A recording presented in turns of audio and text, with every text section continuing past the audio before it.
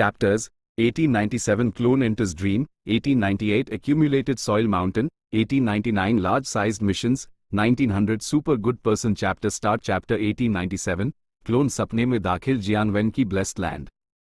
महल काफी गहरा था और उसमें शानदार इमारतों की कोई कमी नहीं थी। पेड़ों की छांव बहुत घनी थी और गर्मियों के झिंगुर गाने गा रहे थे। महल के लंबे समय से बैंड दरवाजे खोले गए। रास्ते में आने वाली सभी फेदरमन लड़कियां घुटनों के बाल झुककर महल की मालकिन शिया चा को सलाम करने लगी।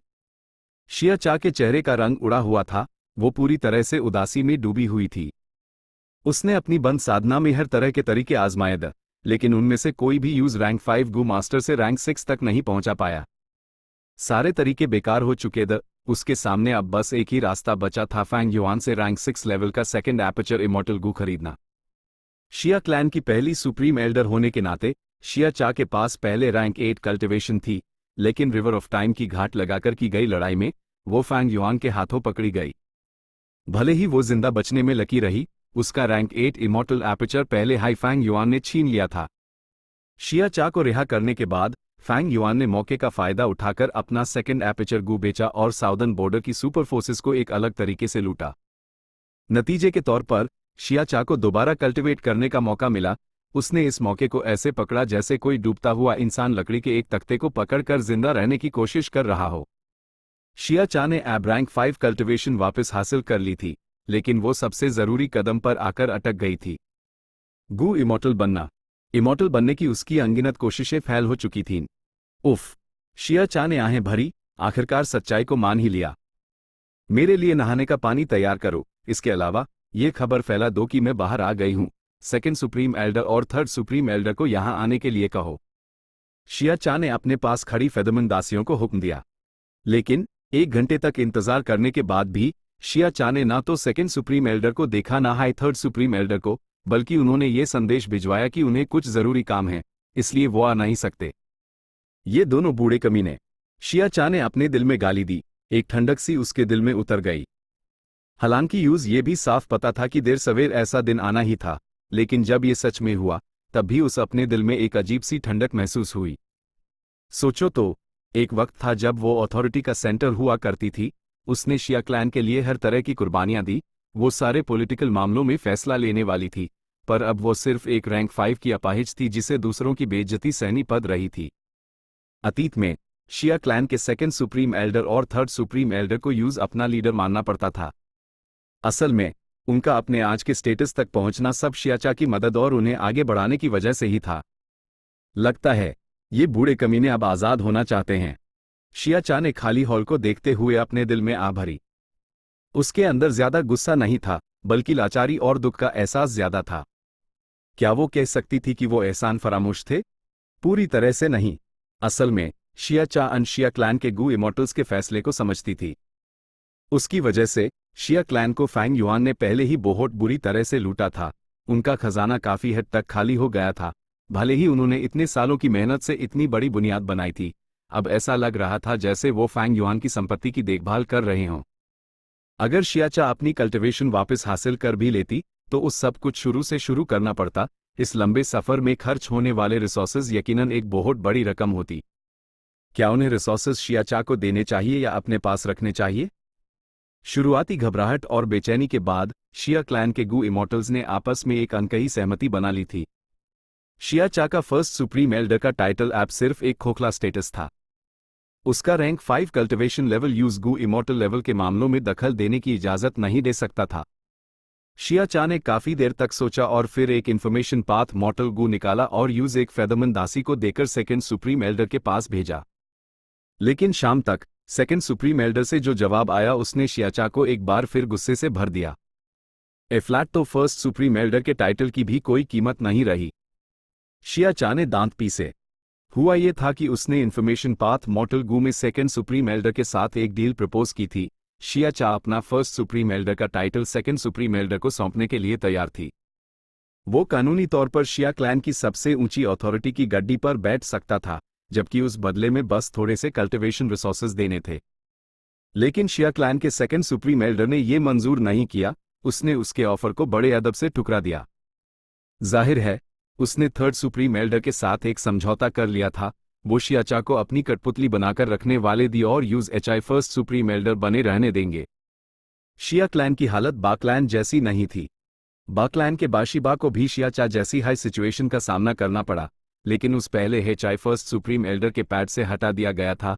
नए नए एडवांस हुए रैंक 8 गु इमॉर्टल बादर ने उसकी जगह ले ली थी।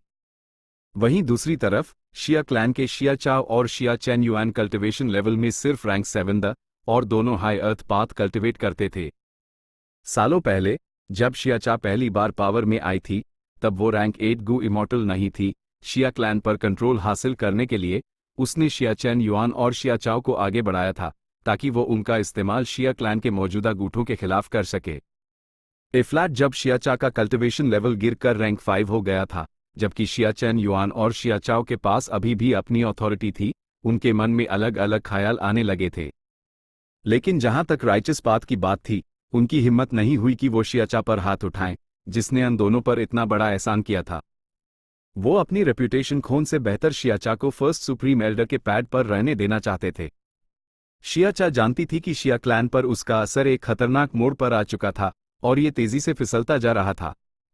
उस जल्द से जल्द एक इमोर्टल बनना ही होगा, वरना उस पूरी तरह से शिया क्लैन के हाई अप्स के सर्कल से बाहर धकेल दिया जाएगा।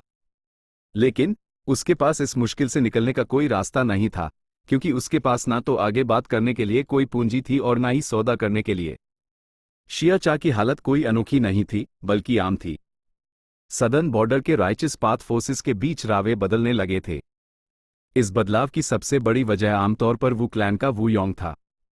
वो हेवनली कोर्ट और अपनी पॉलिटिकल स्किल्स के दम पर सदर्न बॉर्डर के राइचस पाथ में अपनी रेपुटेशन और असर को बढ़ा रहा था। शिया चा और बाशिबा जैसे अनुभवी रैंक 8 का पतन उसके लिए एक बहुत ही दुर्लभ मौका था। लू वे येन के सामने आने के बावजूद उसके पीछे का वर्चू पैराडाइस में बड़ी संख्या में मशरूमबंदी, ना कि सिर्फ इंसान।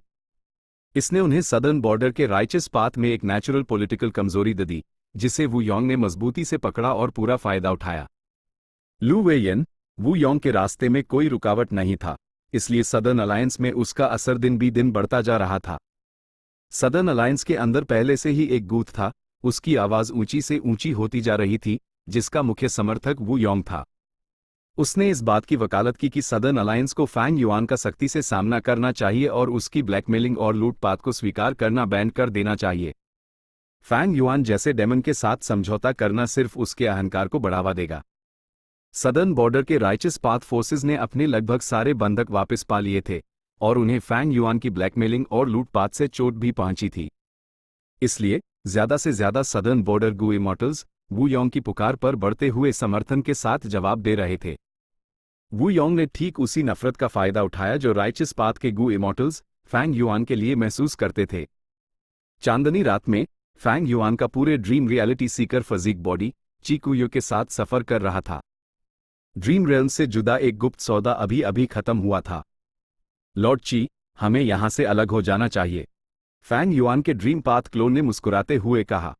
वो ड्रीम रेल्म से बना एक टेम्पररी क्लोन था, उसके पास गु इमॉर्टल कल्टिवेशन थी और टाइम लिमिट पूरी होने पर वो खुद हाई एक ड्रीम रेल्म में एक्सप्लोड हो जाता। चीकुयो ने हाथ जोड़े और आह भरी, फैंग युआन, ऐसी बात नहीं है कि मैं चीजों को मुश्किल बना रहा हूं, बस बात यह है कि इस बिजनेस का रिस्क ऐप बढ़ गया है। ए फ्लैट जब हालत इतनी तनावपूर्ण है, अगर हम पकड़े गए तो मेरे ची क्लैन की रेपुटेशन पूरी तरह से बर्बाद हो जाएगी। प्योर ड्रीम क्लोन ने अपने मन में ठंडी आह भरी। चीकुयो ने दाम बढ़ाने का प्रस्ताव रखा, वो अब पिछले दाम से संतुष्ट नहीं था। उसने वजह ये दी कि सदर्न बॉर्डर का राइचस पाथ फैंग युआन से निपटने के मामले में ज्यादा से ज्यादा एग्रेसिव होता जा रहा था और वू योंग सदर्न बॉर्डर के राइचस पाथ में एक बड़ी ताकत जमा कर रहा था। ये वजह बिल्कुल बकवास थी। असली वजह यह थी कि चीकुयो ने इस बहाने का इस्तेमाल दाम बढ़ाने के लिए किया क्योंकि वो और भी ज्यादा ड्रीम पाथ रिसर्च रिजल्ट्स हासिल करना चाहता था। फैंग युआन को और ड्रीम रेल्म्स चाहिए थे, लेकिन अब जब सदर्न बॉर्डर के राइचस पाथ से लूटना मुश्किल होता जा रहा था, ची क्लैन और फैंग युआन के बीच का गुप्त सौदा फिर से उसका मुख्य जरिया बन गया था। ची क्लैन ड्रीम रेल्म फॉर्मेशन को कंट्रोल करता था, जो सदर्न बॉर्डर में अपनी तरह का एक ही था। फैंग युआन ची क्लैन के साथ काम करके हाई ड्रीम रेल्म्स का एक हिस्सा चुरा सकता था। मैं इस मामले को अपनी में बॉडी को समझा दूंगा। ड्रीम पाथ क्लोन ने यह जुमला छोड़ा और सीधे उठ गया। चीकुयो वहीं खड़ा रहा और फैंग युआन के ड्रीम पाथ क्लोन को आसमान में गायब होते देखता रहा, उसका चेहरा ठंडा पड़ गया और वो एक हल्की सी आह भर कर वहां से चला गया। ऐसा नहीं था कि उसने ड्रीम पाथ क्लोन पर हमला करने के बारे में नहीं सोचा था, लेकिन उसके पास एक ड्रीम पाथ गु इमॉर्टल से निपटने के लिए ड्रीम पथ के तरीके नहीं थे। इसके अलावा यूज ये भी चिंता थी कि फैंग युआन की न बॉडी शायद यहीं कहीं घाट लगाकर इंतजार कर रही हो। फैंग युआन खुद ईस्टर्न सी में बहुत दूर था, लेकिन इस ट्रांजैक्शन के लिए वू शुआई पहले से ही अपने ड्रैगन प्लस के साथ पास में आ चुका था। अगर चिकुयो ने कोई हरकत की होती तो उस यकीनन कुछ हासिल नहीं होता। प्योर ड्रीम क्लोन जल्द हाई ड्रैगन पैलेस वापस लौट आया। यह इमॉर्टल लेवल कल्टिवेशन वाला एक टेम्पररी क्लोन था, लेकिन टाइम लिमिट पूरी होने पर यह टूट जाता और एक ड्रीम रेल्म में बदल जाता। हम ची क्लैन का बिजनेस अब आगे नहीं बढ़ा सकते जब तक कि हम उस दाम बढ़ाने ना दें। ड्रीम पाथ क्लोन ने ठंडे अंदाज में कहा। उसने अपना इमॉर्टल एपर्चर खोला और कुछ ड्रीम रेल्म बॉडीज को बाहर निकाला। ड्रीम रेल्म्स का ये बैच शायद आखिरी बैच है जो हम हासिल कर सकते हैं। कुछ नहीं किया जा सकता था। फैंग युआन और चिकुयो ने किसी भी तरह का कोई बाइंडिंग एग्रीमेंट नहीं किया था। चिकुयो ने जानबूझकर सदर्न बॉर्डर के रावे का बहाना बनाकर दाम बढ़ाए थे। असली दुश्मन हमारे सामने है। इस रुकावट के बाद ये मामूली ची क्लैन चिंता की कोई बात नहीं है। वू शुआई ने अपना मुंह खोला। अभी वो कोई हरकत नहीं कर सकता था। वो जितनी बार हरकत करता उतनी ही ज्यादा संभावना थी कि हेवनली कोर्ट वू शुआई क्लोन और फैंग युआन की बॉडी के बीच के असली रिश्ते को समझ जाती। Killer move dreamy light smoke को हेवनली कोर्ट पर इस्तेमाल करना था। यूज चिकुयू पर जाहिर करना सच में एक बहुत बड़ी बर्बादी होती। ये एक मुर्गी को मारने के लिए बैल के चाकू का इस्तेमाल करने जैसा होता। ची क्लैन से निपटने के बजाय सीधे फॉर्मेशन पर हमला करना ज्यादा कुशल होता। असल में फैंग युआन की बॉडी ईस्टर्न सी में रहते हुए सिर्फ वू शुआई की सेना की ताकत से हाई ची क्लैन से निपटना संभव था। लेकिन अगर उसने अपने इन ट्रम्प कार्ड्स को पहले ही जाहिर कर दिया तो हेवनली कोर्ट शायद इतनी खुश होती कि वो अपने सपनों में भी हिंसती। छोटा लालच बड़े प्लान्स बर्बाद कर देता है। इसके अलावा सदर्न बॉर्डर को अपनी ताकत बचाए रखने देकर यह भविष्य में हेवनली कोर्ट के लिए और भी ज्यादा परेशानियां पैदा कर सकता था। दुश्मन को सीधे नाश्त कर देना, भले ही सीधा और आसान हो, कभी कभी सबसे बड़ा फायदा नहीं देता। मिसाल के तौर पर फैंग युआन ने शियाचा और बाशीबा को रिहा कर दिया था। उन्हें पहले से ही अपने अपने क्लान्स में अलग थलग और नजरअंदाज किया जाने लगा था। फैंग युआन भविष्य में उन्हें गुप्त रूप से स्पॉन्सर करेगा। उनकी मौजूदा हालत को फैंग युआन की वजह से कहा जा सकता है, लेकिन फैंग युआन के अलावा उनके पास भरोसा करने के लिए और कोई नहीं था। दूसरी तरफ फैंग युआन को इन लोगों की जरूरत थी कि वो उसके आंख और कान बनकर काम करें, उन्हें सदर्न बॉर्डर के राइचस पाथ फोर्सेस में प्लांट करके, ताकि वो हमेशा सदर्न बॉर्डर पर एक खास हद तक अपना असर बनाए रखे। बस बात इतनी थी कि इस वक्त फैंग युआन के पास उन्हें कंट्रोल में रखने के लिए कुछ साधनों की कमी थी। इस बारे में टाइम पाथ क्लोन पहले से ही दिन रात डिडक्शंस करने में लगा हुआ था। बूम बूम बूम, एक के बाद एक हल्की आवाजों के साथ temporary pure dream reality seeker physique bodies एक एक करके फट गए और ड्रीम रेल्म्स के ढेर में बदल गए जो आपस में मिल गए। ये सभी अर्थ पाथ ड्रीम रेल्म्स थे। वू शुआई महल में अपने ड्रैगन थ्रोन पर बैठा, उसकी आत्मा उसके शरीर से निकली और सपने में दाखिल हो गई। चैप्टर 1898। जमी हुई मिट्टी का पहाड़, आसमान और जमीन अंधेरे में डूबे द काले बादल सर पर मंडरा रहे थे। अनंत बिजलियों की गरज गूंज रही थी। काले घूमते धुएं के बादलों में लाल बिजलियां अनगिनत बार चमक रही थीं। काले बादल भंवर की तरह घूम रहे थे। घूमते भंवर के बीच से एक के बाद एक बिजली के गोले नीचे गिर रहे थे। ये बिजली के गोले अजीब आकृति के चीनी मिट्टी के बर्तनों जैसे दिखते थे, पानी की टंकी जितने बड़े दी और लाल रोशनी से चमक रहे थे। बड़ी आफत, लाल मिट्टी के लाइटनिंग बॉल की आफत। बिजली के गोले नीचे टकराए और तीखी आवाजों के साथ फट गए। जमीन पर एक इमॉर्टल गू हाउस चुपचाप बिजली के गोलों के धमाकों से हुए नुकसान को सह रहा था। मलबे के बड़े बड़े टुकड़े हवा में उड़ते रहे, इससे पहले कि वो वापस अनगिनत गू कीड़ों की लाशों में बदल जाते। इमॉर्टल गू हाउस के अंदर वू शुआई ने अपने कानों में गरजती बिजली की आवाज को बर्दाश्त किया और पहले खुद को जांचा। उसने पाया कि वो एक अर्थ पाथ रैंक 8 गू इमॉर्टल बन गया था। उसकी उंगलियां चौड़ी और कद काठी बड़ी थी। उसका युद्ध का लिबास पहले से ही नुकसान से भरा हुआ था। और उससे ज्यादा दूर नहीं, जमीन पर एक महिला इमॉर्टल खड़ी थी। उसका चेहरा पीला था और उसकी ऑरा ना सिर्फ कमजोर थी बल्कि थोड़ी अजीब भी थी। वो एक खास light path healing killer move का इस्तेमाल कर रही थी और इसलिए वो एक पवित्र सफेद रोशनी की परत से ढकी हुई थी। लेकिन उसके चेहरे, खुली बाहों, पैरों और पंजों पर स्याही की लकीरों जैसे डार्क पाथ डाउ मार्क्स दिखाई दे रहे थे। यह डार्क पाथ डाउ मार्क्स इतने घने थे कि वो एक रैंक 9 इमोर्टल मटेरियल की हद तक पहुंच गए थे। डाउ मार्क की रोशनी पैदा कर रहे थे, जिसे गू इमोर्टल्स अपनी नंगी आंखों से देख सकते थे। महिला इमोर्टल का साफ तौर पर रैंक 8 कल्टिवेशन लेवल था। एक लाइट पाथ रैंक 8 गू इमोर्टल जिसके पास इतनी मात्रा में डार्क पाथ डाउ मार्क्स हों, इसने वू शुआई को बहुत हैरान कर दिया। और इससे भी अजीब बात यह थी कि महिला इमोर्टल के डार्क पाथ डाउ मार्क्स अभी भी बदल रहे थे। न सिर्फ उनकी संख्या बढ़ रही थी, बल्कि उनकी व्यवस्था और स्थिति भी तेजी से बदल रही थी। महिला इमोर्टल कराही किलर मूव एक्टिवेशन सफल रहा, उसके चारों ओर का आभामंडल स्थिर हो गया, जबकि डार्क पाथ डाउ मार्क्स भी आर्थिक रूप से दब गए। महिला इमोर्टल पसीने से तरबतर थी। उसने अपनी कमजोर आंखें खोलकर वू शुआई को देखा और कड़वी मुस्कान के साथ बोली, मैं नहीं बच सकती। ये मेरा सबसे मजबूत हीलिंग तरीका है, लेकिन ये सिर्फ कुछ देर के लिए चोट को दबा सकता है। जब किलर मूव की टाइम लिमिट खत्म हो जाएगी, तो चोट एक भयानक ताकत के साथ फट जाएगी। ओ ज़ेंग यांग, मेरे सबसे प्रिया, मैं अब तुम्हारे साथ नहीं रह सकती।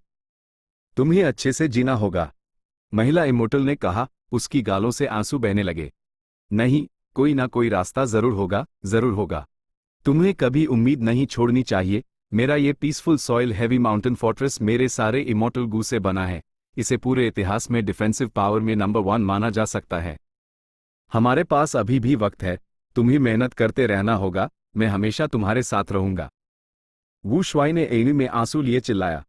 यह सपने का एक नेचुरल डेवलपमेंट था, वो इसे कंट्रोल नहीं कर सकता था। लेकिन इस बातचीत के बाद वू शुआई को बॉडी का कंट्रोल मिल गया। Peaceful soil heavy mountain fortress? कभी सुना नहीं। वू शुआई की आंख में तेज रोशनी चमकी। पहले की बातचीत का इस्तेमाल करते हुए उसने क्लूज को एनालाइज किया और ढूंढा। उसने अपने इमोर्टल एपर्चर को जांचा। उसके इमोर्टल एपर्चर में काफी सारा व्हाइट लिची इमोर्टल एसेंस था। वहां बड़ी मात्रा में मोर्टल गू भी थे, लेकिन कोई इमोर्टल गू नहीं। जैसा कि झेंग यांग ने कहा था, उसने अपने सारे इमोर्टल गू इस rank 8 immortal gu house peaceful soil heavy mountain fortress को बनाने में इस्तेमाल कर लिए थे। इसका मतलब यह है कि मेरा सबसे बड़ा सहारा ये टूटा फूटा इमोर्टल गू हाउस है। वू शुआई को एहसास हुआ। उसने इस इमोर्टल गू हाउस को कंट्रोल करने की कोशिश शुरू की। Peaceful soil heavy mountain fortress की बनावट बहुत जटिल थी। इसमें 100 मिलियन गू कीड़ों का इस्तेमाल हुआ था, जिनमें से 20 से ज्यादा इमोर्टल गू थे। यहां तक कि वू शुआई भी एक नज़र में ये नहीं बता सकता था कि कोर इमोर्टल गू कौन से थे। यह इमोर्टल गू बड़ी चतुराई से रखे गए थे और उनके बीच एक रहस्यमय रिश्ता था। गू हाउस का डिजाइन उतना ही गहरा था जितना एक ऊंचा पर्वत श्रृंखला जो पूरे देहात में 10,000 ली तक फैली हो। आसमान और जमीन को जोड़ती हुई इस पर्वत श्रृंखला में आपस में गुथी हुई खनिज नसों की कई परतें थीं। वू शुआई एक मोर्टल गू मास्टर की तरह था जो पर्वत श्रृंखला की खुदाई कर रहा हो। उस परत दर परत खुदाई करनी पड़ती थी ताकि वो अपने मनचाहे खनिजों को निकाल सके और खनिज नसों के बीच के कनेक्शन को समझ सके। सिर्फ इस इमोर्टल गू हाउस को एनालाइज करना ही एक बहुत बड़ी मुश्किल है। इसके अलावा मुझे इस इमोर्टल गू हाउस के सहारे रेड पोर्सिलन लाइटनिंग बॉल ट्रिब्यूलेशन से बचना है। वू शुआई का दिल डूब गया। वो जानता था कि यह खोज फेल होने वाली थी।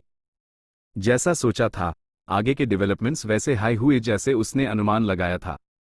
लाल मिट्टी के लाइटनिंग बॉल्स लगातार फटेते रहे जब वू शुआई ने अपने इमोर्टल गू हाउस का इस्तेमाल करने और उस धीरे धीरे ठीक करने की कोशिश की। लेकिन यह बेकार था। इस इमोर्टल गू हाउस के बारे में उसकी समझ बहुत कम थी।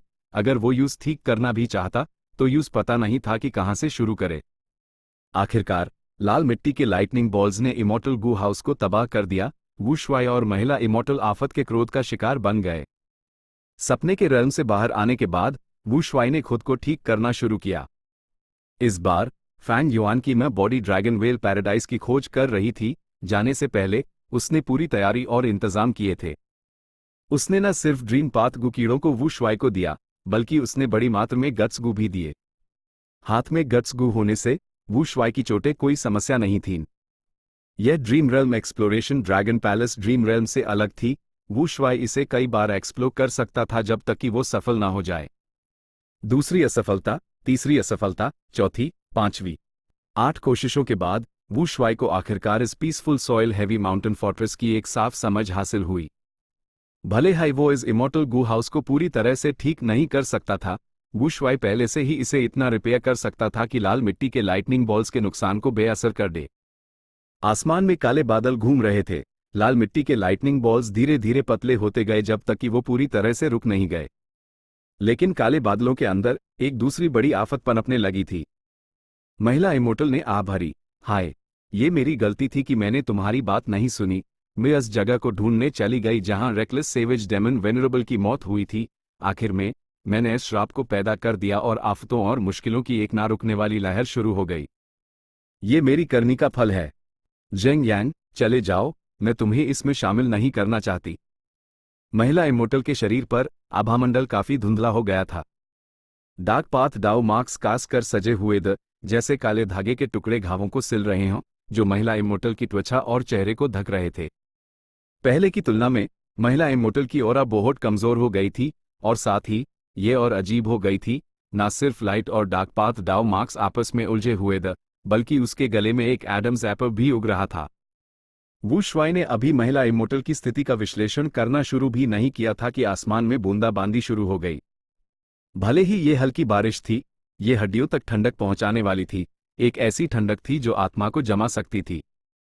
बिजली के गोलों से पहले पैदा हुई गर्मी और धुआं बिना किसी निशान के पूरी तरह से गायब हो गया। हु हु हु, भूतिया रोने की आवाजें ऊंची से ऊंची होती गईं, इससे पहले कि ये पूरे इलाके में गूंजने लगे। आसमान में काले बादलों से भौर धागे गिरने लगे, जो वू शुआई की तरफ बढ़ने लगे। वू शुआई का दिल डूब गया। उसने इस आफत को पहचान लिया। ये बड़ी आफत है, भूतिया रू बर्फ रेशम कीड़े की आफत। पिछली आफत के ठीक बाद एक और बड़ी आफत, लगता है ये खत्म नहीं होगा। वू शुआई को इन रेशमी धागों का जोर से सामना करना पड़ा।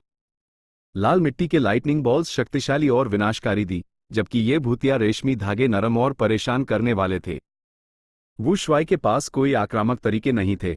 जिस immortal gu house peaceful soil heavy mountain fortress पर वो निर्भर था, वो उससे भी अनजान था। उस कोई भी आक्रामक तरीके नहीं मिल रहे थे जिनका इस्तेमाल किया जा सके। इसलिए वू शुआई ने इन धागों को अपनी तरफ बढ़ते हुए देखा और इमोर्टल गू हाउस की दर आयरन और छेदों से अंदर घुसते हुए देखा।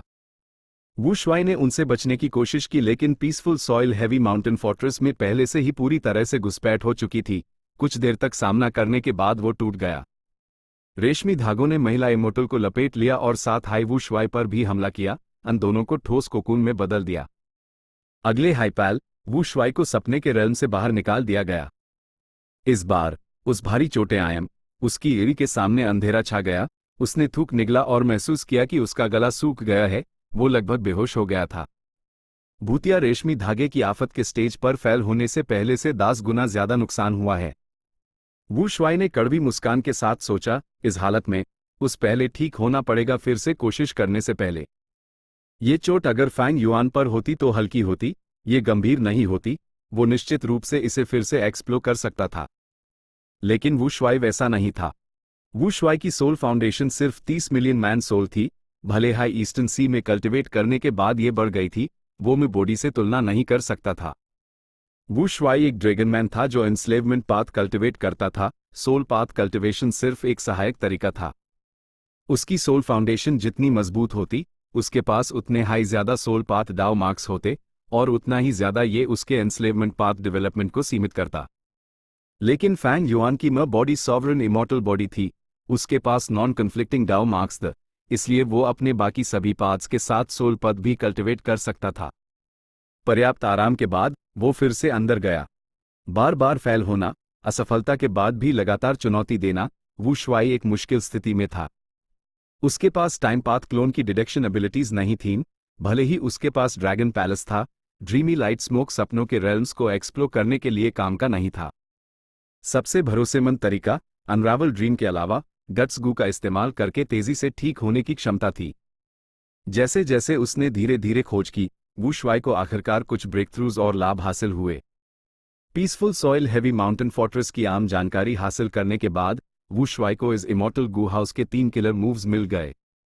पहला कहलाता था जमी हुई मिट्टी का पहाड़, दूसरा कहलाता था शांत दफन, और तीसरा कहलाता था भारी मिट्टी की वापसी। जिस चीज ने वू शुआई की एड़ी खोल दी, वो पहला किलर मूव था, जमी हुई मिट्टी का पहाड़। यह किलर मूव बहुत खास था। इसमें हमला, हरकत, हीलिंग या दूसरे पहलू नहीं थे। ये एक अर्थपात किलर मूव था जिसमें फॉर्मेशन पथ का असर था। इस किलर मूव का इस्तेमाल करके गू इमॉर्टल अर्थ पाथ गू कीड़ों को एक के ऊपर एक रखकर उन्हें एक इमॉर्टल गू हाउस बनाने दे सकता था। ये तब भी किया जा सकता था जब किलर मूव का इस्तेमाल करने वाले गू इमॉर्टल के पास फॉर्मेशन पाथ में जीरो अटेनमेंट हो।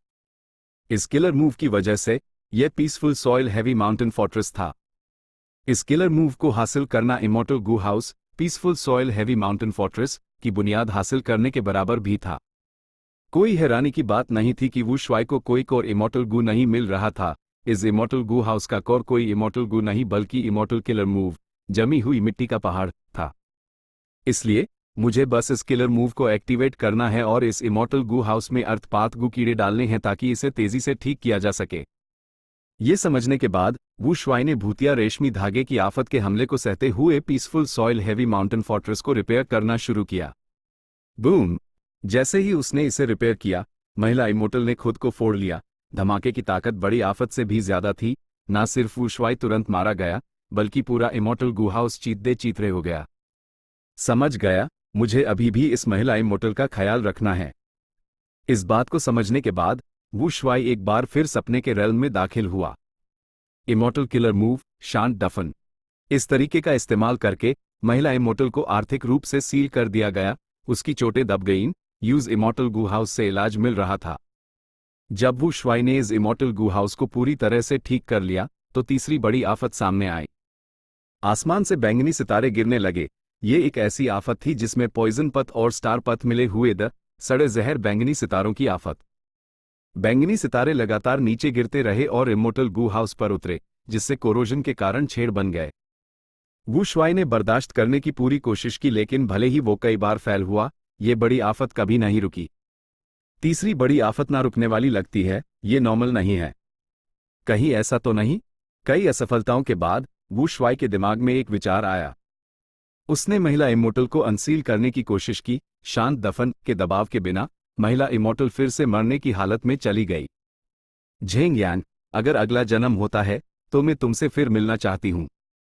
अलविदा मेरे प्यार। जब वू श्वाई मुश्किल से बड़ी आफत से बच रहा था, वो इमॉर्टल गू हाउस से ऊपर बने एक छेड़ से बाहर उठ गई। बूम! उसने तुरंत खुद को फोड़ लिया। काली आग के एक गोले में बदल गई, एक भयानक ऑरा के साथ तेजी से जल रही थी। आसमान गुस्से में लग रहा था। एक ही बार में अरबों बैंगनी सितारे नीचे आ गिरे।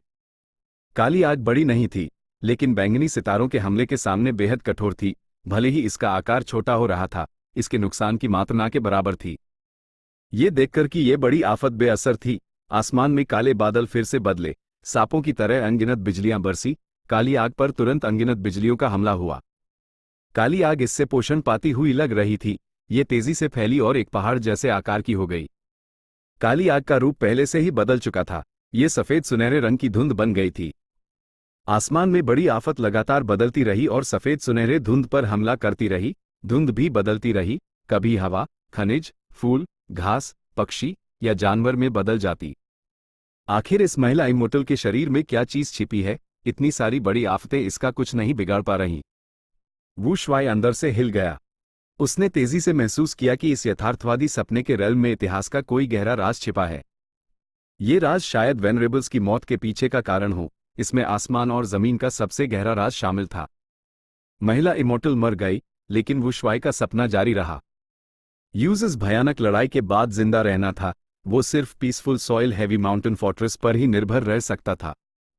आखिरकार अनगिनत बड़ी आफतों के दौर के बाद वो रहस्यमय काली आग धीरे धीरे बुझ गई।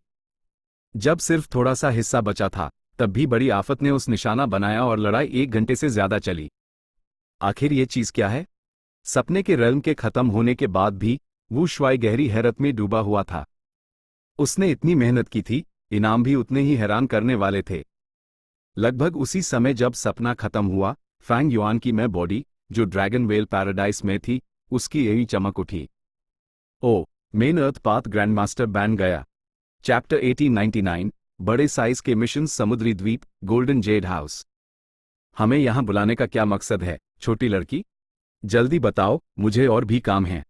सही कहा, साल में बस यही एक बार समुद्री बाजार खुलता है।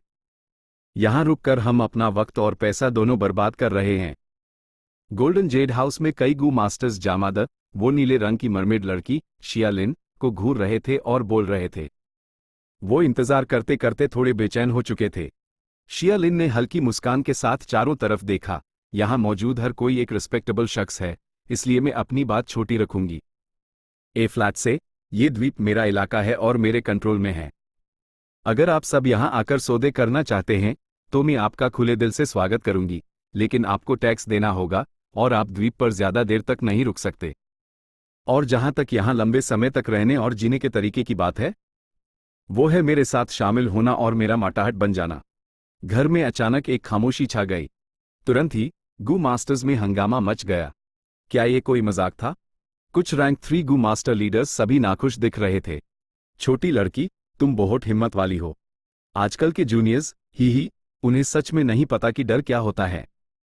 क्या तुम्हें सच में लगता है कि तुम एक रैंक 3 गू मास्टर को मारने के बाद इतनी अकड़ दिखा सकती हो? भूलो मत, तुम सिर्फ एक रैंक 2 गू मास्टर हो।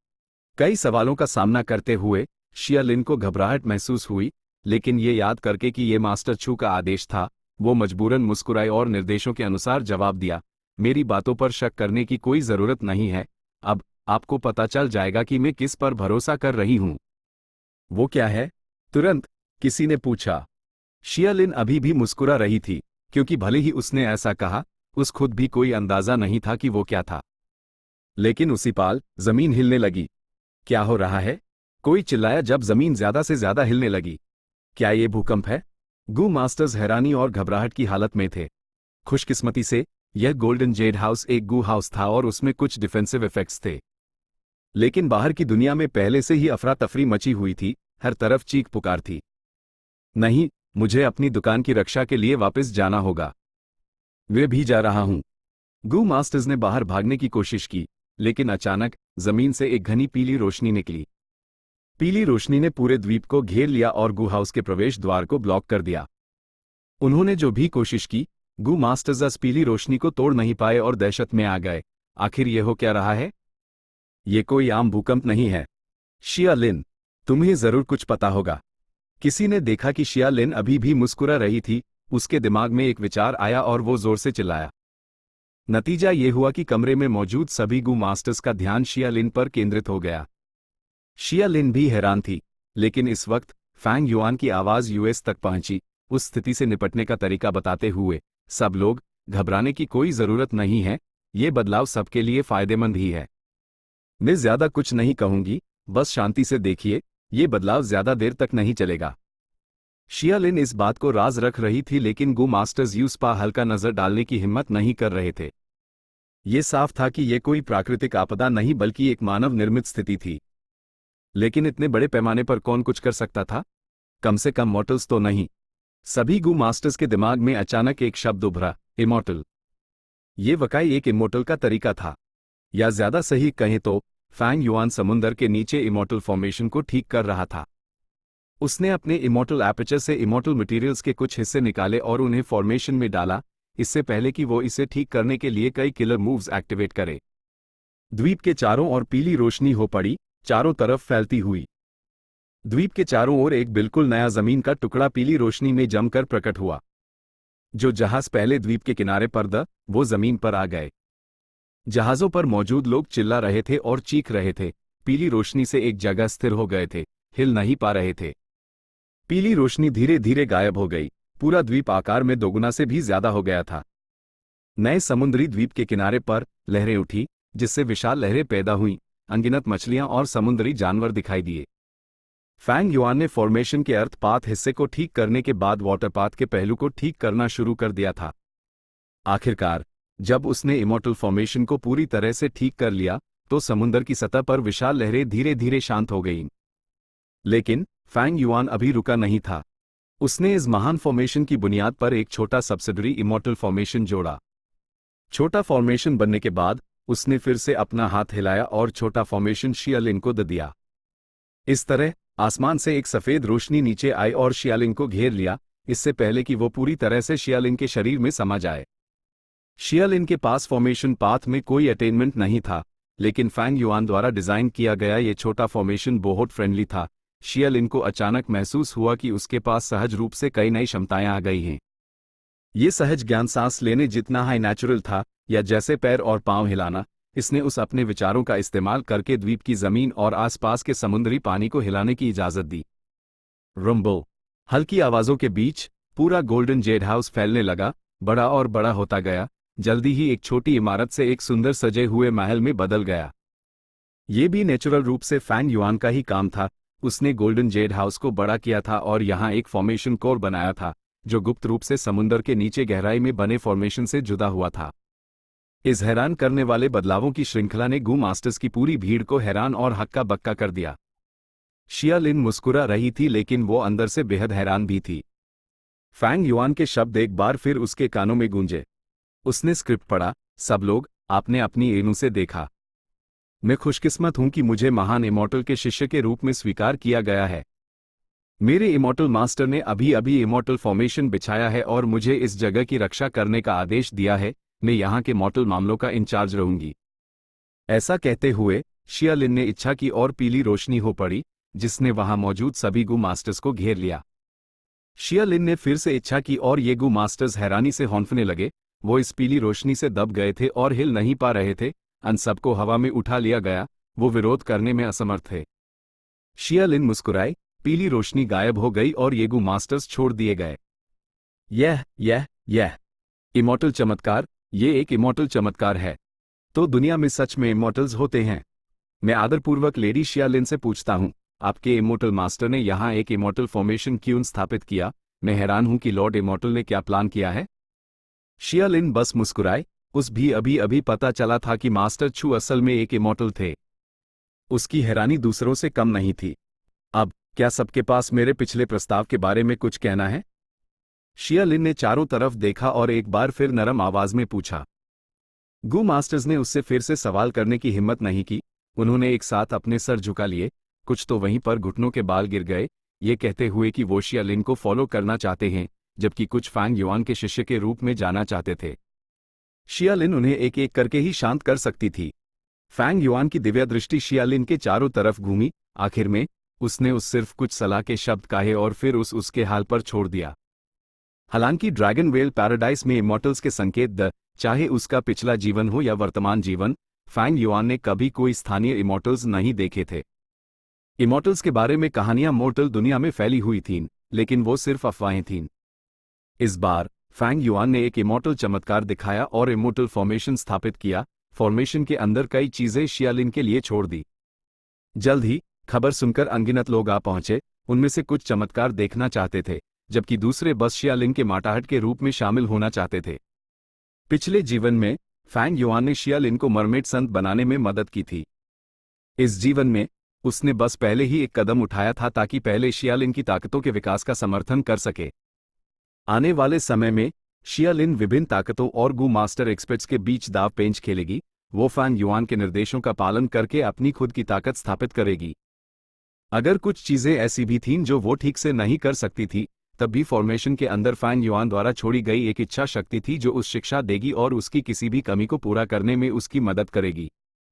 शिया लिन में उसका निवेश असल में ऊंट के मुंह में जीरा भी नहीं था। पानी के नीचे के फॉर्मेशन को ठीक करना सबसे महंगा काम था जो फैंग युआन ने किया था। फैंग युआन का अर्थ पाथ अटेनमेंट लेवल बढ़ गया। उसकी कमजोरी दूर हो गई क्योंकि उसने तेजी से इस फॉर्मेशन को ठीक करने का एक उपयोगी तरीका ढूंढ लिया। उसके पास grandmaster formation path attainment level था। वो नेचुरल डाउ मार्क्स का इस्तेमाल नहीं कर सकता था। यूज इमॉर्टल मटेरियल्स का इस्तेमाल करना पड़ा। यहां उसने जो इमॉर्टल मटेरियल्स खर्च किए, वो उसका सबसे बड़ा खर्च था। ना सिर्फ एक मिडसाइज्ड मिशन की कठिनाई ज्यादा थी, गू इमॉर्टल को कभी कभी निवेश भी करना पड़ता था। मेरिट पॉइंट्स कमाना इतना आसान नहीं था। फैंग युआन मेरिट ऑबेलिस्क पर वापस लौटा। इस मिशन ने 100 मेरिट पॉइंट्स दिए। ये एक मिडसाइज्ड मिशन की सीमा थी। फॉर्मेशन को ठीक करने की उसकी कार्यवाही बिल्कुल परफेक्ट थी। इस तरह वो मेरिट बोर्ड पर निश्चित रूप से नंबर 1 व्यक्ति बन गया। 100 पॉइंट्स के लाभ ने बाकी सबको एक मजबूत निराशा की भावना महसूस कराई। इस बार फैंग युआन जल्दी में नहीं गया। उसने मेरिट बोर्ड पर रिसर्च करना शुरू कर दिया। उसका earth path attainment grand master level तक बढ़ गया। क्या वो इस इमॉर्टल गू हाउस को समझ सकता था? अगर वो इसे समझ सकता और कुछ तरीके इस्तेमाल कर सकता, तो क्या वो मेरिट ऑबेलिस्क में कमियां पैदा कर सकता और इस पूरे इमॉर्टल गू हाउस को रिफाइन कर सकता था? पहले फैंग युआन ये नहीं कर सकता था और उस नियमों का पालन करना पड़ता था। लेकिन हमेशा से उसने इस मेरिट ऑबलिस्क को हासिल करने का विचार नहीं छोड़ा था। कुछ देर तक इसे देखने के बाद फैंग युआन की इर्द में गहरी निराशा चमकी। मेरिट ऑबलिस्क में अर्थ पथ की गहराई थी, लेकिन साथ high sound path, human path और हेवन पथ भी थे। और बुनियाद को देखते हुए अर्थ पाथ और साउंड पथ सिर्फ सहायक थे, असली कोर ह्यूमन पाथ और हेवन पाथ थे। इसे पूरी तरह से समझने की उम्मीद रखने के लिए मुझे सभी 4 पाथ्स में एक ग्रेट ग्रैंड मास्टर होना पड़ेगा। फैंग युआन ने यह महसूस किया और खुद पर कड़वी मुस्कान के साथ हंसा। अभी इस मेरिट ऑबलिस्क को रिफाइन करने की कोशिश करना अव्यवहारिक था। यह बिल्कुल नेचुरल था। फैंग युआन से पहले ना जाने कितने गु इमॉर्टल्स यहां आए होंगे। इन पूर्वजों के बीच निश्चित रूप से उत्कृष्ट लोग लेकिन वो इस रैंक 8 इमॉर्टल गु हाउस के साथ कुछ नहीं कर पाए। इस पहलू में फैंग युआन की बुनियाद गहरी नहीं थी। वो कैसे इतनी आसानी से इस रैंक 8 इमॉर्टल गु हाउस को रिफाइन कर सकता था? इस इलाके में कोई ब्रेक थ्रू नहीं था, इसलिए फैंग युआन के पास नियमों का पालन करते रहने के अलावा कोई चारा नहीं था। उसने मिशंस लेना और पूरा करना जारी रखा। जब वो 900 मेरिट पॉइंट्स पर पहुंचा, शेंसियो आखिरकार मेरिट ऑबलिस्क पर चिल्लाया, आखिरकार मैंने इसे ढूंढ लिया, यही है, ये अच्छा इंसान का टाइटल। इस पल शेंसियो लगभग खुशी से रोना चाहता था। उसने जल्दी से शेन कॉन्ग शेंग को इस खोज के बारे में बताया। जल्द ही शेन क्लैन के गु इमॉर्टल्स के मेरिट पॉइंट्स बढ़ने के संकेत दिखने लगे। उसके बाद रेन जूपिंग, टोंग हुआ और बाकी सब। ए फ्लैट मेरिट बोर्ड पर 4 ग्रुप्स थे। पहला ग्रुप एक अकेला व्यक्ति था, फैंग युआन, वो बहुत आगे था। दूसरा ग्रुप शेंग कॉन्ग शेंग के नेतृत्व में शेन क्लैन के गु इमॉर्टल्स वो पकड़ने की कोशिश कर रहे थे। तीसरा ग्रुप रेन जूपिंग और टोंग हुआ क्योंकि वो शेन क्लैन से जुड़े हुए उन्हें कुछ समय बाद इस राज के बारे में बता दिया गया था। और आखिरी ग्रुप मियाओ मिंग शेन और दूसरे थे, उन्होंने इसके बारे में नहीं जाना था। एक और मिशन पूरा करने के बाद फैंग युआन के मेरिट पॉइंट्स 1000 से ज्यादा हो गए। उसने मेरिट बोर्ड को देखा, अपने मन में हंसते हुए, आखिरकार उन्होंने अच्छा इंसान का टाइटल ढूंढ लिया। ये लोग सच में बदकिस्मत हैं, शायद ये मेरी लक का अनपढ़ दबाव का नतीजा है। वो बोर्ड के पास आया और एक इनाम के लिए एक्सचेंज करना शुरू कर दिया। उसने सच में अच्छा इंसान टाइटल के बदले 1000 मेरिट पॉइंट्स खर्च किए। इस टाइटल के साथ वो आखिरकार बड़े साइज के मिशन स्वीकार कर सकता था। चैप्टर 1900 सुपर अच्छा इंसान बिहाइव आइलैंड एक समुद्री द्वीप था जिसका आकार अजीब था। पूरा द्वीप एक विशाल गहरे पीले रंग के मधुमक्खी के छत्ते जैसा था। छत्ते की सतह पर अनगिनत गद्दे और छेड़दी और अंदर एक सटीक संरचना और अनगिनत सुरंगें थीं। एक रैंक 6 गु इमॉर्टल जिसके कंधे चौड़े और कमर पतली थी, हरे रंग का जड़े बैटल आर्मर पहने हुए मधुमक्खी के छत्ते के अंदर था। ये आदमी मियाओ मिंग शेन के अनुयायियों में से एक था, फंग जियांग। स्वूश स्वूश स्वूश, लाल धागे वाले कीचुए घने झुंड में फंग जियांग पर हर दिशा से तेजी से हमला कर रहे थे। लाल धागे वाले कीचुए खुद को एक सितार के तार की झंझनाहट की तरह तेजी से छोड़ सकते थे, इतनी तेजी से कि फंग जियांग को सिर्फ एक लाल रोशनी ही दिख रही थी। लाल धागे वाले कीचुओं का हमला बहुत तीखा था और उनके झुंड विशाल जानवरों को भी पीछे हटने पर मजबूर कर सकते थे। फंग जियांग लड़ते हुए पीछे हटा। अस पर बहुत ज्यादा दबाव था। थोड़ी देर बाद वो पसीने से तरबतर हो चुका था। भले ही उसकी लड़ने की ताकत विशाल जानवरों से ज्यादा थी और उसके पास कई किलर मूव्स दी, यह मिशन मिला था कि वो बिहाइव आइलैंड के पास लाल धागे वाले कीचुओं की आपदा को शांत करे ताकि वहां का परिस्थितिक तंत्र वापस नॉर्मल हो सके। अगर फंग जियांग बिना रुके अपने तरीकों का इस्तेमाल करता और अपने हमले जारी रखता तो वो आसानी से इन सब लाल धागे वाले कीचुओं को मार सकता था।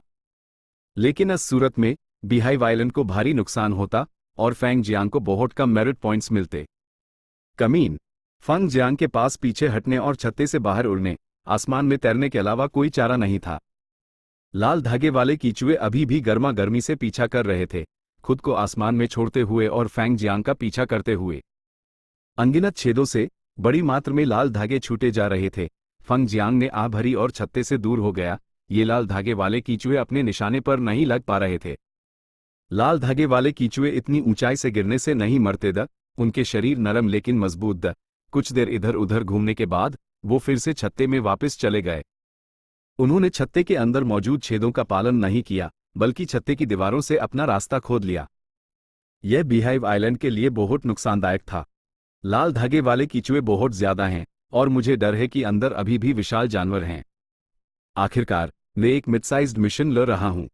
एक और मुश्किल है, इस छत्ते के अंदर का रास्ता जितना अंदर जाता है उतना ही संकरा होता जाता है।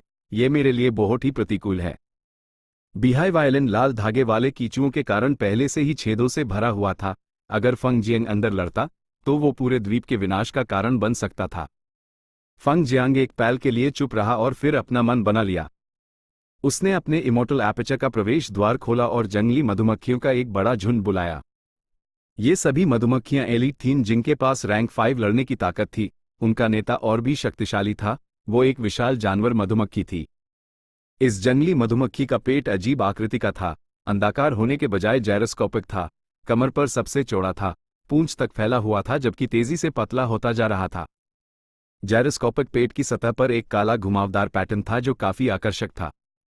सभी जंगली मधुमक्खियां घने रोएदार बालों से ढकी हुई थीं और उनके बड़े चौड़े पंख थे। ये पीली जायरो मधुमक्खी थी। फंग जियांग का इमोर्टल एपर्चर बड़ी संख्या में मधुमक्खियों को पालता था। पीली जायरो मधुमक्खी उनमें से एक थी जिसका एक अनोखा दर्जा था। भले ही आम मधुमक्खियां झुंड बनाती थीं, उनमें एक ही प्रजाति के सदस्य होते थे। अलग अलग प्रजातियां एक साथ नहीं रह सकती थीं। लेकिन पीली जायरो मधुमक्खियां न सिर्फ दूसरी जंगली मधुमक्खियों के साथ रह सकती थीं, बल्कि वो प्रजनन भी कर सकती थीं और दूसरी प्रजातियों की संख्या बढ़ाने में भी मदद कर सकती थीं। पीली जायरो मधुमक्खियां फंग जियांग के इमोर्टल एपर्चर का मुख्य मधुमक्खी समूह थीं। फंग जियांग एक ईस्टर्न सी गू इमोर्टल था। वो कल्टिवेशन रिसोर्सेज में अमीर था, अपने इमोर्टल एपर्चर में विभिन्न प्रकार की मधुमक्खियां रखता था और उसके पास 10 से ज्यादा विशाल जानवर जंगली मधुमक्खियां थीं। पीली जायरो मधुमक्खियां हमेशा उसका मुख्य ध्यान रही थीं, लेकिन उनमें से सिर्फ 3 ही विशाल जानवर लेवल की थीं। इस बार फंग जियांग ने पीली जायरो मधुमक्खियों का एक बड़ा झुंड तैयार किया। वो इस स्थिति में एक बड़ा जोखिम ले रहा था। फंग जियांग के आदेश के तहत पीली जायरो मधुमक्खियां ऐसे भिनभिनाईं जैसे वो एक पीला बादल हो जो तेजी से छत्ते में घुस गया। बीहाइव आइलैंड में अभी भी मधुमक्खियों के झुंड थे, लेकिन आकार के मामले में वो लाल धागे वाले कीचुओं की तुलना में पूरी तरह से नुकसान में थे। पीली जायरो मधुमक्खियों की मदद से मधुमक्खी समूह एक पाल के लिए उलझन में पड़ गया और फिर बीहाइव आइलैंड के निचले हिस्से में स्थापित लाल धागे वाले कीचुओं पर एक भयंकर हमले के साथ पलटवार किया। ये उनके अपने समूहों के बीच अस्तित्व की लड़ाई थी। यह एक दुखद युद्ध था।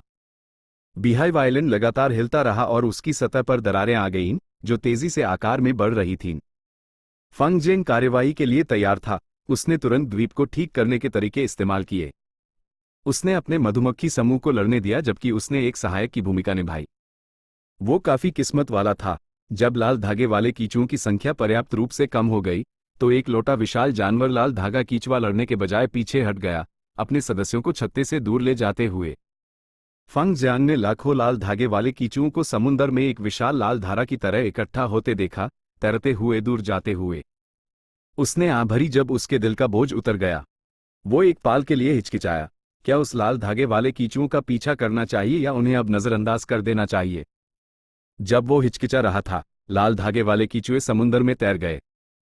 फंग जियांग ने उनका पीछा करने का विचार छोड़ दिया। अगर वो समुद्र में लड़ता तो यूज अपनी पूरी ताकत लगानी पड़ती, लेकिन इस समुद्री इलाके में कई अलग अलग समुद्री जानवर छिपे हुए थे। मुझे और अनिश्चितता पैदा नहीं करनी चाहिए। चलो पहले इस बीहाइव आइलैंड को ठीक करते हैं।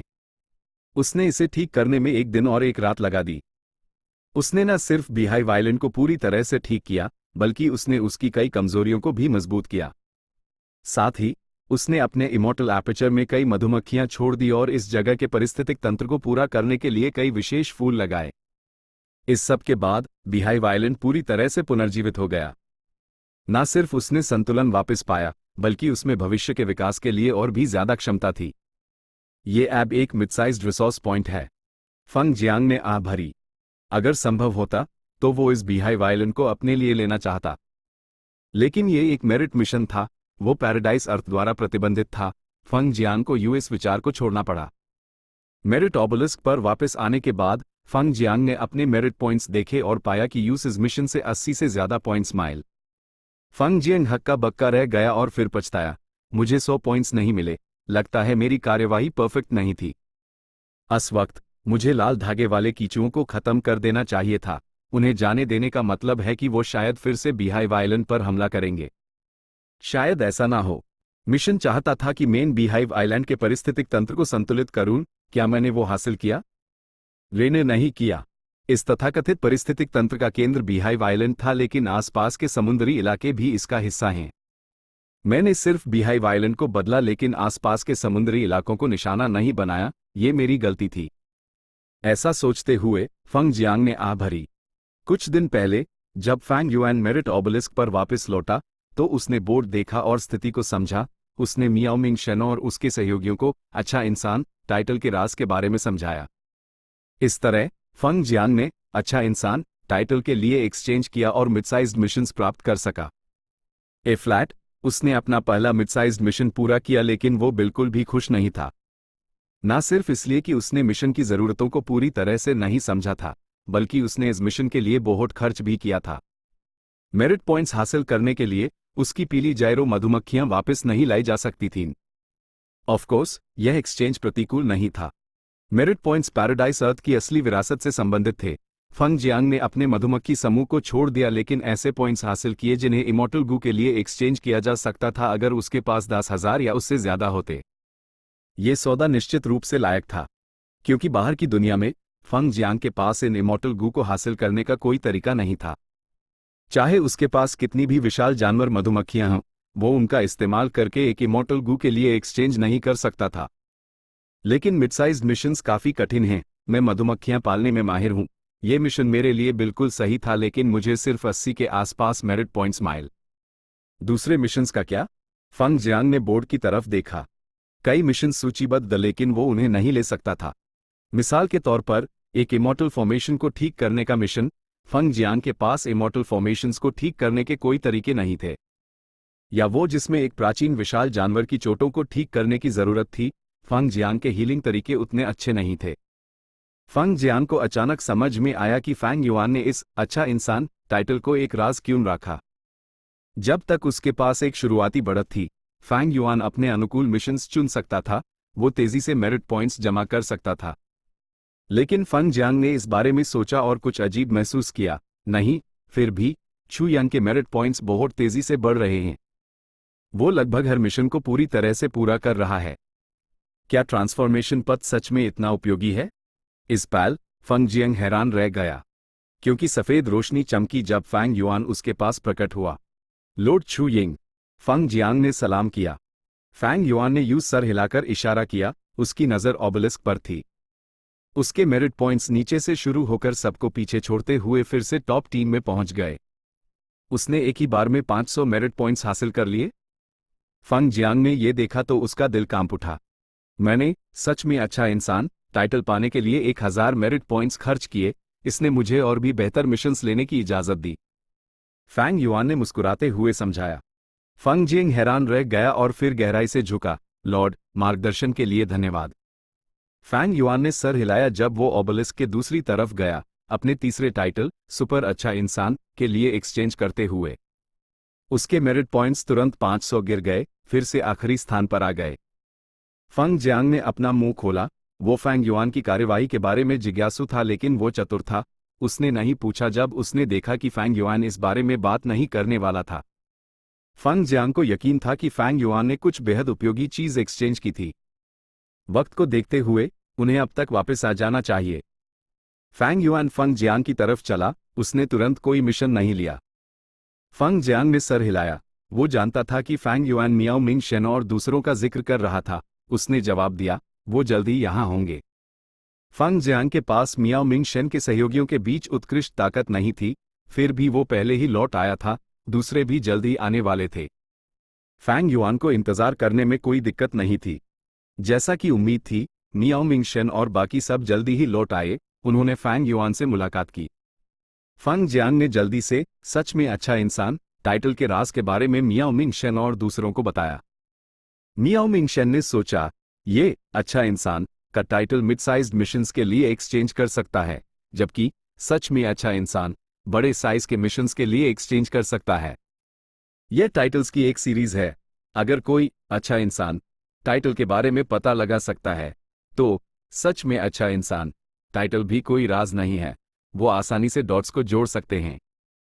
लेकिन फिर भी मियाओ मिंग शेन ने फैंग युआन का बहुत आभार महसूस किया, क्योंकि फैंग युआन ने उन्हें अच्छा इंसान टाइटल के बारे में बताया था।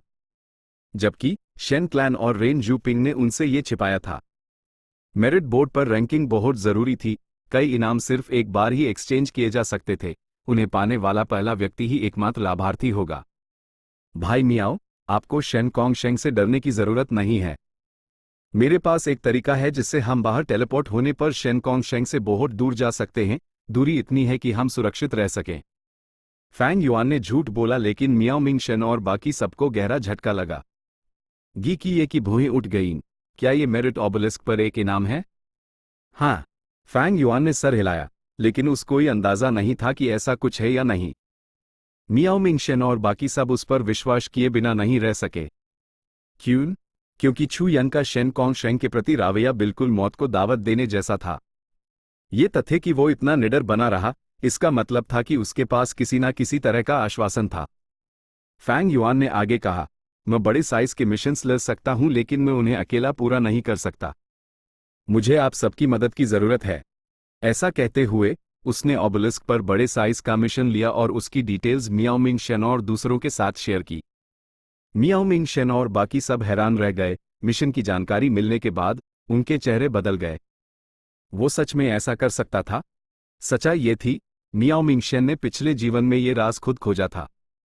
सुपर अच्छा इंसान टाइटल मिशंस शेयर करने की इजाजत देता था। गू इमोर्टल्स के लिए मिड साइज्ड मिशंस अकेले करना मुश्किल था, दूसरे लोगों की मदद से ये आसान हो जाता। भले ही वो मेरिट पॉइंट्स शेयर करते, अगर उनकी मिशन सॉल्व करने की एफिशिएंसी बढ़ जाती तो लाभ लागत से कहीं ज्यादा थे। मियाओ मिंग शेन इसे स्वीकार करने या ना करने का चुनाव कर सकता था। फैंग युआन मिशंस शेयर कर सकता था, लेकिन वो उन्हें लेने के लिए मजबूर नहीं कर सकता था। मियाओ मिंग शेन ने इस बारे में सिर्फ थोड़ी देर सोचा और फिर मिशन स्वीकार कर लिया। उसने अभी अभी एक मिडसाइज्ड मिशन पूरा किया था, उसकी भावनाएं फंग जियांग जैसी हाई थीं। फैंग युआन के लिए आसान था क्योंकि वो हर पाथ कल्टिवेट करता था। मियाओ मिंग शेन और बाकी सब आम गू इमोर्टल्स वो एक पाथ कल्टिवेट करते थे और ज्यादातर समय सिर्फ कुछ मिशंस हाई उनके अनुकूल होते थे। चूंकि मिडसाइज्ड मिशंस पूरा करना आसान नहीं था और उन्हें बहुत निवेश करना पड़ता था, Miao Ming Shen Fang Yuan के साथ काम करने और कुछ नया आजमाने के लिए ज्यादा इच्छुक था। Chapter and.